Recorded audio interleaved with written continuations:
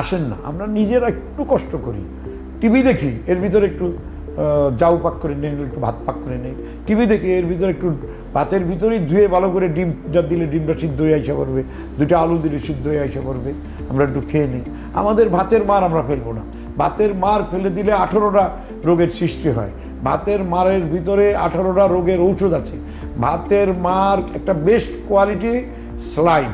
আমরা স্যালাইন খাওয়ার আগে যদি একটু ডাব খাই, ওই ডাবের ভিতরে একটু লবণ দিয়ে খাই, আর একটা লবণটাকে যদি আমরা একটু বিবর্তন করি, আমাদের সবসময় খেয়াল রাখতে হবে আমাদের লবণের ভিতরে আয়োডিন দিছে কিনা, তাইলে আমাদের ক্যান্সার হবে না, আমাদের গলগণ্ড হবে না, আমাদের টিউমার হবে না। সেই লবণ এখন বাংলাদেশে পাওয়া যায়। আপনি বিট লবণ খান, খনিজ লবণ খান, রক্সল খান, এখন অতি সস্তায় পটে পটে বাংলাদেশে বিক্রি হচ্ছে। আমরা খাবারের একটু পরিবর্তন আনতে হবে। যার কোষ্ঠকাঠিন্য আছে তাকে সালাদ খেতে হবে, তাকে আনারস খেতে হবে, তাকে মুলু খেতে হবে, তাহলে তার কোষ্ঠকাঠিন্য থাকবে না। আগের দিনে বেল এবং পেঁপে ইসবগুলের ভুসি খেয়ে কোষ্ঠকাঠিন্য দূর করতো, তবে ইসবগুলের ভুসি সবাই খেতে পারবে না। তাদের কোল্ড এলার্জি, ডাস্টার আছে, সাইনোসাইটিস, প্লুরোসি, নিউমোনিয়া, যক্ষা, বক্ষবিধির সমস্যা আছে, তারা কোনো মতেই কিন্তু ইসবগুলের ভুসি খেতে পারবেন না।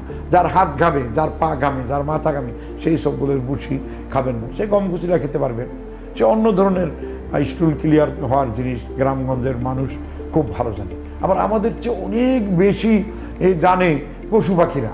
যেরকম গরুর যখন পেটে ছেড় হয়, আমি দেখছি গ্রামের গরু কৃষক গলা ছেড়ে দেয়, ছেড়ে দিলে ও দৌড়ে যায় অগ্নিশ্বর গাছের কাছের থেকে, অগ্নিশ্বর গাছের পাতাটা খেয়ে আসে, ওর ছেড় বন্ধ হয়ে যায়, ও বসে বসে জাবর কাটে, পরের দিন সকালে গরুটা ঠিক হয়ে যায়।